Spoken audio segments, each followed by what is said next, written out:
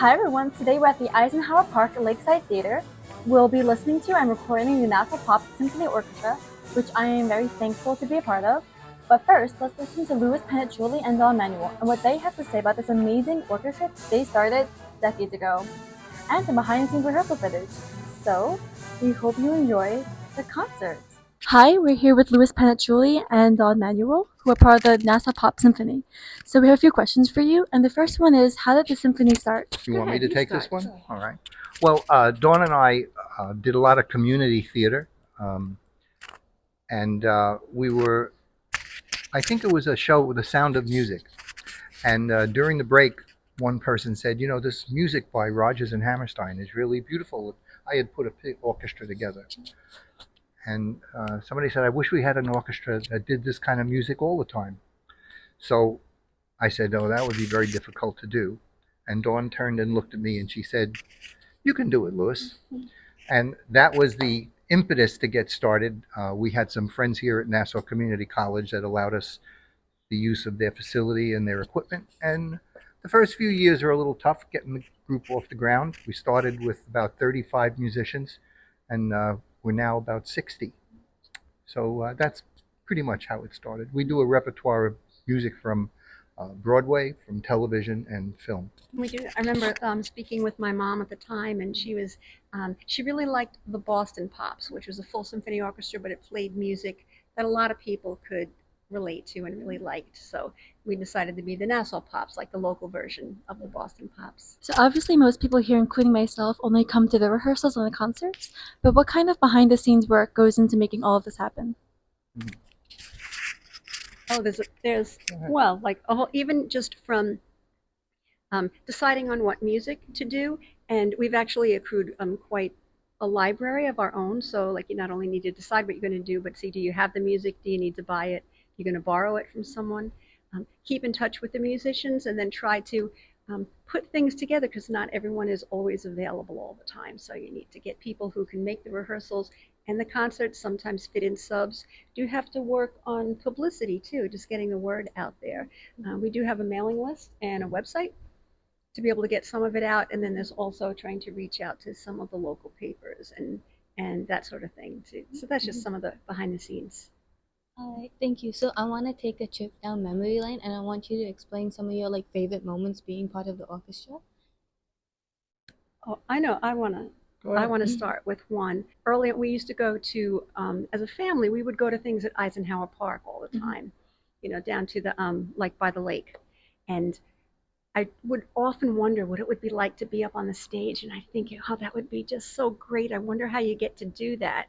And so the first year that our orchestra actually got to play, and I was just standing there, in the theater and looking out, and I said, wow, we really made it. We're at Eisenhower Park. It was great. So that was a particularly nice memory for me.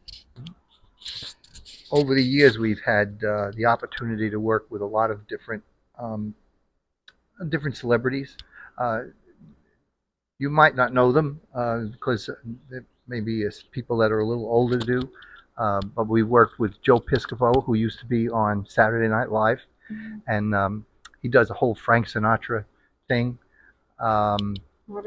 Marvin Hamlish, who wrote the chorus line. We worked with him. This past October, we did a benefit concert for cerebral palsy, and we worked with Tony Danza, who used to have a couple of television shows, and he sings and he tap dances and he tells great stories. And we raised $30,000 for cerebral palsy just for that one performance. We worked with a Liberace impersonator who was an incredible pianist. We've worked with Beatle groups, tribute bands, a Led Zeppelin tribute group, the New York Bee Gees, a group called Let's Hang On that do songs from Frankie Valli and the Four Seasons. So we've done a whole variety of different kinds of music with some really great people. We've been very fortunate over the years.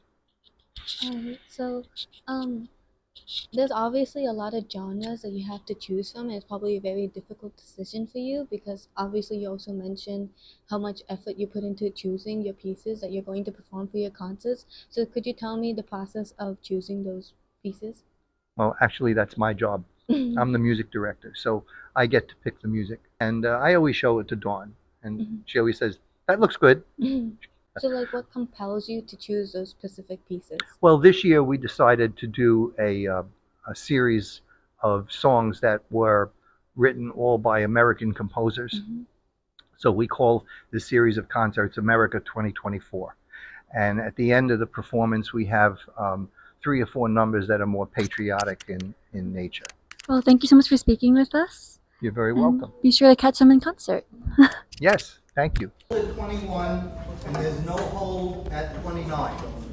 Now, you're concerned about 37? Yeah. There is a hole I there. know I missed something, I'm not.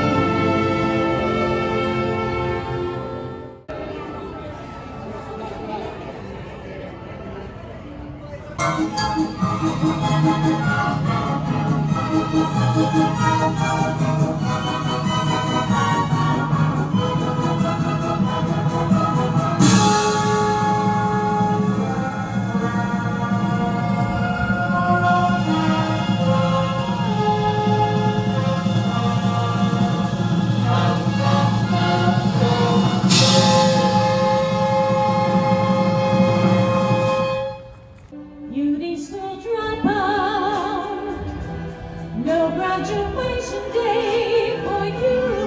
Beauty school dropout, missed your midterms and fun shampoo, and at least you could have taken time to wash and clean your clothes up after spending all that dough to have the doctor fix your nose up, baby, get moving. Baby, get moving. Why he goes, people goes, the line, What are you proving?